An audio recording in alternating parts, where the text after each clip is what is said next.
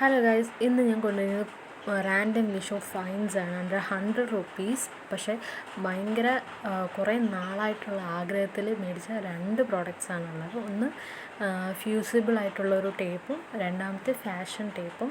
ഇത് രണ്ടും നമുക്ക് ഗേൾസിന് അത്യാവശ്യം വേണ്ടിയിട്ടുള്ള പ്രോഡക്റ്റ്സാണ്.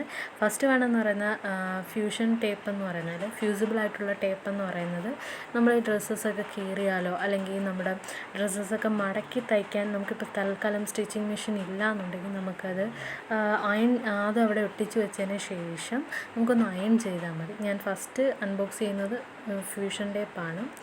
ആൻഡ് ഭയങ്കര ക്വൈറ്റ് യൂസ്ഫുൾ ആയിട്ടുള്ള സാധനമാണ്.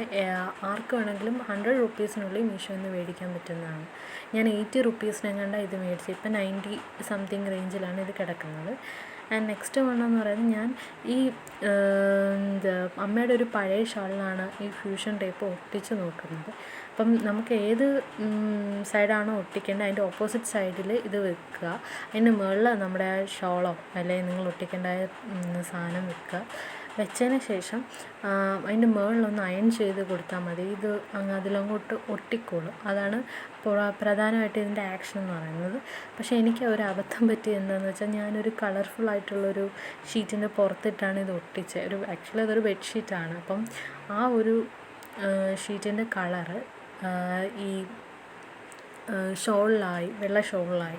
അങ്ങനെ പിന്നെ എൻ്റെ പഴയതായതുകൊണ്ട് പിന്നെ വലിയ കുഴപ്പമില്ല. നിങ്ങൾ പക്ഷേ യൂസ് ചെയ്യുമ്പം അത്യാവശ്യം നല്ലൊരു കോട്ടൺ തുണിയുടെ, അത്യാവശ്യം വെള്ളയാണെങ്കിൽ വെള്ളയുടെ തന്നെ ഒരു ഇതിൽ വെക്കുക.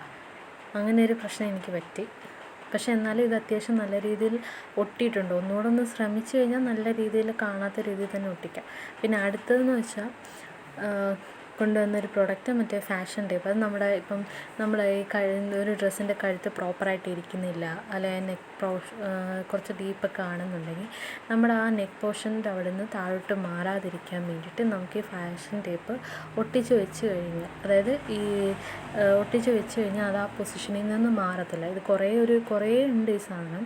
ഇതിൻ്റെ അപ്പുറവും ഇപ്പുറവും ഈ വെള്ള പേപ്പർ വെച്ച് ഒട്ടിച്ച് വെച്ചേക്കുക. ഈ വെള്ള പേപ്പർ ഇളക്കിയിട്ട് നമ്മുടെ ട്രാൻസ്പെറൻ്റ് ആയിട്ടുള്ളൊരു ഷീറ്റാണ് നമുക്ക് കിട്ടുന്നത്. അത് നമുക്ക് ഒട്ടിച്ച് വെച്ച് കഴിഞ്ഞാൽ നമുക്കിത് പൊസിഷനിൽ നിന്ന് മാറത്തുമില്ല. ഞാനത് മാറത്തുമില്ല. പിന്നെ ഞാനത് ഒട്ടിച്ചത് ഇച്ചിരിയും കൂടെ ഒന്ന് ഇതാവണമായിരുന്നു എന്ന് തോന്നുന്നു. പക്ഷേ എന്തായാലും പിന്നെ അത് നമുക്ക് മാറത്തുമില്ല. അപ്പം കുനിയുമ്പോൾ കഴുത്ത് കാണുന്ന ഇൻസെക്യൂർ ഉള്ളവരാണെങ്കിൽ നമുക്കത് ചെയ്യുന്നത് ഭയങ്കര യൂസ്ഫുള്ളായിരിക്കും. ഞാൻ പിന്നെ വേറെ താഴിലും വെച്ച് നോക്കി, പക്ഷേ ഇതും നല്ല യൂസ്ഫുള്ളായിട്ട് തോന്നി. കുറച്ചുകൂടെ